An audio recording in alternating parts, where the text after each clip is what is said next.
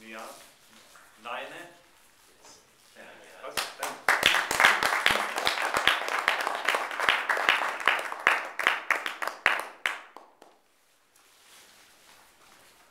Thank you, Mr. Toastmasters. Ladies and gentlemen, it's good to be here this morning. It's two things that I learned today when driving in the road in the rain in Houston is that, number one, it gets a little crazy in traffic when driving in the rain, and number two, don't practice your speech when driving. You might miss your exits and take longer to get here. So, similar as texting and doing other things while driving, so concentrate. Well, allow me to introduce myself and tell you a little bit about my life experiences, and also allow me to skip over my embarrassing parts of my childhood and concentrate on the more defining moments of my life and what brought me here. I like to look at my life as different chapters that equates to countries, and I've had the blessing of being able to travel quite a bit with my family and moving quite a bit around different countries in the world. And I'll first start off with the first chapter. The first country that we're going to visit today is Malaysia. I was born and raised in Malaysia. My parents are Malaysian. My dad and mom are both from Borneo Island, Malaysia, which is one of the third largest island in the world. And I was born in a town called Miri, in a state called Sarawak in Borneo Island. My mom's from a neighboring state from northern Borneo Island, and if you think about Borneo Island, think about the Amazon of the Pacific. Lush rainforest, you've got the orangutans, one of the endangered protected species of the planet.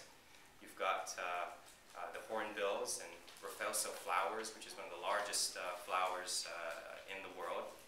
A lot of flora and fauna that can be found in the jungles.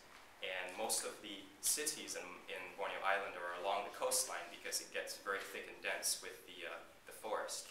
Back in the day when there wasn't roads, people used to travel through boats, through the rivers, and of course trekking through the jungles.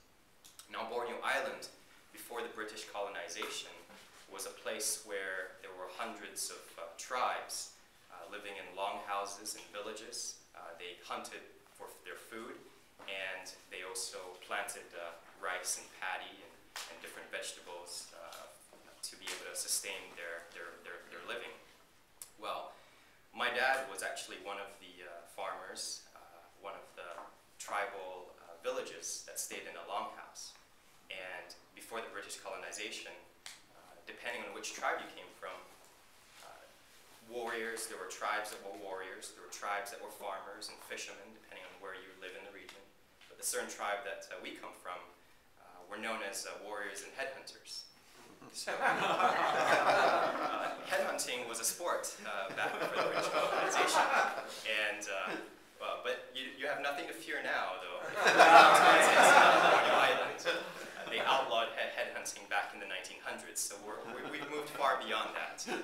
But the goal of headhunting was always to hunt the most heads and shrink them, and that shows how true of a warrior you are. And so that's part of my lineage with my great ancestors within Borneo Island. My dad was the first to graduate from high school, was the first from his village to go to college, and it was a local college in Malaysia, and he did his training, ended up doing his training in Scotland and in Holland when he graduated from college, and that was where he met my mom, who was Malaysian and was studying there at the time. And my mom was an only child, so she got the opportunity to actually study abroad back in the day. They met there and decided they wanted to move back to Malaysia to have a family, and there I started. So, brought into the world in Miri, Malaysia, and Miri is very close to Brunei. And if you heard about the Sultan of Brunei as one of the richest men in the world, it's very true. He opens his palace for visits during certain festivals in Brunei. We were able to move around after being in Malaysia to England and then to Scotland when I was the age of about 9 years old to about 12 years old.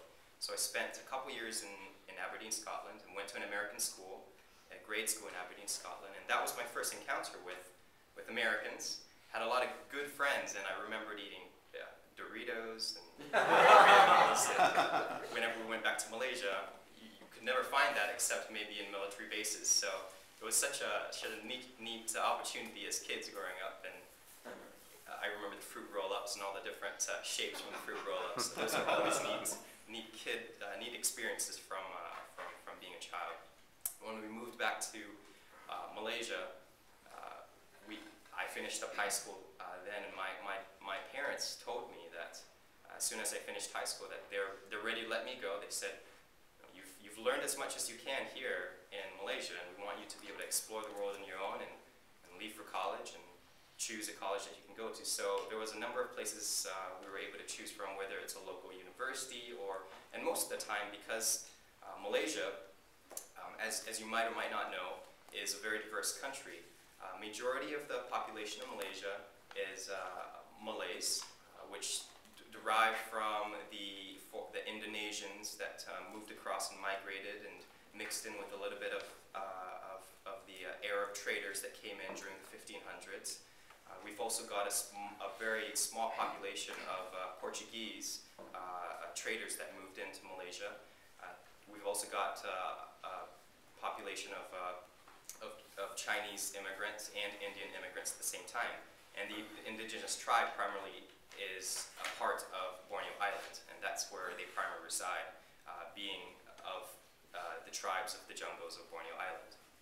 So when my parents told me that we were able to go abroad and choose a place of study, I looked across the spectrum and decided that a North American education was something that I wanted to pursue because of the fact that I did study in a couple years in a grade school in Aberdeen, Scotland with American friends, and we discussed the different opportunities where you looked at a UK British type of education system versus a North American education. And the primary difference that we looked at was that in Britain, you could get your engineering degree in 3 years. You could go to law school right after you graduate high school. So it's a very fast-tracked degree system, but a very focused one. Versus an American education system, we looked at 4 or 5 years of engineering. After that, you could decide if you wanted to go to graduate school. But at the end of the day, that 4 or 5 years is packed with your liberal arts requirements. It's packed with your artistic requirements. So it's a very well-rounded and broad education system.